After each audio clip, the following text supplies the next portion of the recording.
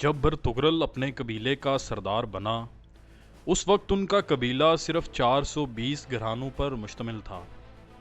ان کا قبیلہ جب سلطان علاؤ الدین سلجوقی کی پناہ لینے کے لیے کونیا کی طرف جا رہا تھا تو راستے میں انتہائی دلچسپ واقعہ پیش آیا جو تاریخ میں ہمیشہ کے لیے امر ہو گیا، اور یہی واقعہ آگے چل کر سلطنت عثمانیہ کی بنیاد بھی بنا۔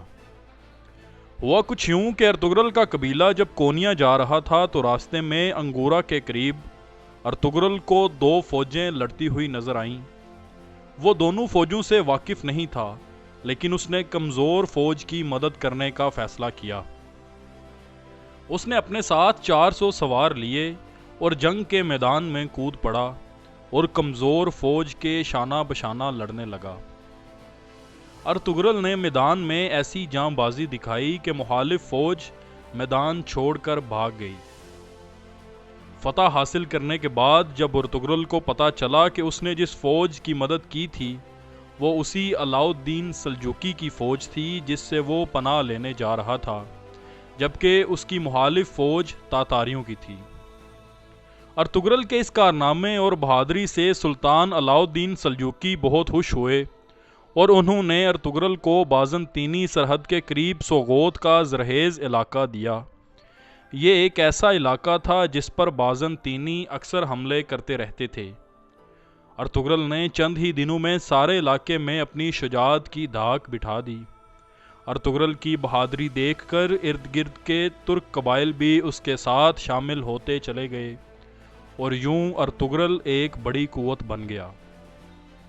ایک سردار کا اس طرح طاقت حاصل کرنا سلطان علاؤ الدین کے لیے خطرناک ہو سکتا تھا، لیکن انہوں نے عقل مندی کا مظاہرہ کرتے ہوئے ارطغرل کو اپنا نائب مقرر کر دیا۔ سلجوقی بادشاہ کی مہربانی سے ارطغرل اور اس کے ساتھیوں کے دن بڑے امن اور چین سے کٹنے لگے تھے، لیکن یہاں بھی ان ترک بہادروں نے اپنے باپ دادا کے طور طریقوں کو نہ چھوڑا۔ انہیں شہروں میں رہنا پسند نہیں تھا، اس لیے گرمی کے موسم میں بورسا کے شہر کے پاس ایک میدان میں خیمے گاڑ دیے۔ وہ بھیڑ بکریاں چراتے پھرتے تھے۔ جب جاڑا شروع ہوتا اور بورسا کے آس پاس چارہ نہ ملتا تو سکاریا کی وادی میں چلے جاتے اور سردی کے دن وہیں گزارتے تھے۔ منگولوں نے ترکوں کے ہاتھ سے بڑی شکست کھائی تھی، اس لیے ان کے دل میں یہ پھانس برابر کھٹک رہی تھی کہ موقع ملے تو کسی طرح ترکوں سے شکست کا بدلہ لیں۔ روم کے عیسائی بادشاہ جن سے ترکوں نے ایشیائے کوچک کا علاقہ چھینا تھا ہمیشہ ایسے موقعوں کی تاک میں رہتے تھے، تو انہوں نے منگولوں کو پیغام بھیجا کہ اگر اب کہ تم اناتولیا پر حملہ کرو تو ہم تمہارا ساتھ دیں گے۔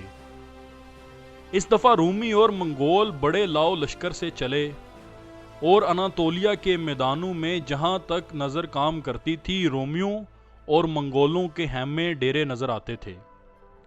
ادھر سے سلطان علاؤ الدین کیقوباد بھی نکلا اور بروسا کے شہر سے کچھ دور ہٹ کر دونوں فوجیں آمنے سامنے ہو گئیں۔ ارطغرل اور اس کے مٹھی بھر ساتھی آگے آگے تھے۔ دشمن کی صفیں کائی کی طرح پھٹی جا رہی تھیں۔ 3 دن اور 3 رات برابر لڑائی ہوتی رہی۔ آخر ایک دن کیقوباد نے فوج کے کئی حصے کر کے انہیں الگ الگ سرداروں کے حوالے کر دیا اور ان سے یہ کہہ دیا کہ جب ارطغرل اپنے سپاہیوں کے ساتھ دشمن پر جا گرے تو تم بھی ان پر حملہ کر دینا۔ ارطغرل اپنے گھوڑے پر بیٹھا اور دشمن کے لشکر کی صفوں کو توڑتا ہوا آگے بڑھا۔ جو رومی اور منگول سردار اپنے لشکر کے بیچوں بیچ کھڑے سپاہیوں کو بڑھاوے دے دے کر لڑا رہے تھے وہ بھی اپنی جگہ سے ہٹ گئے۔ ساتھ ہی سلطان نے اپنی رکاب کے سواروں کو اشارہ کیا کہ ہاں یہ بگوڑے جانے نہ پائیں۔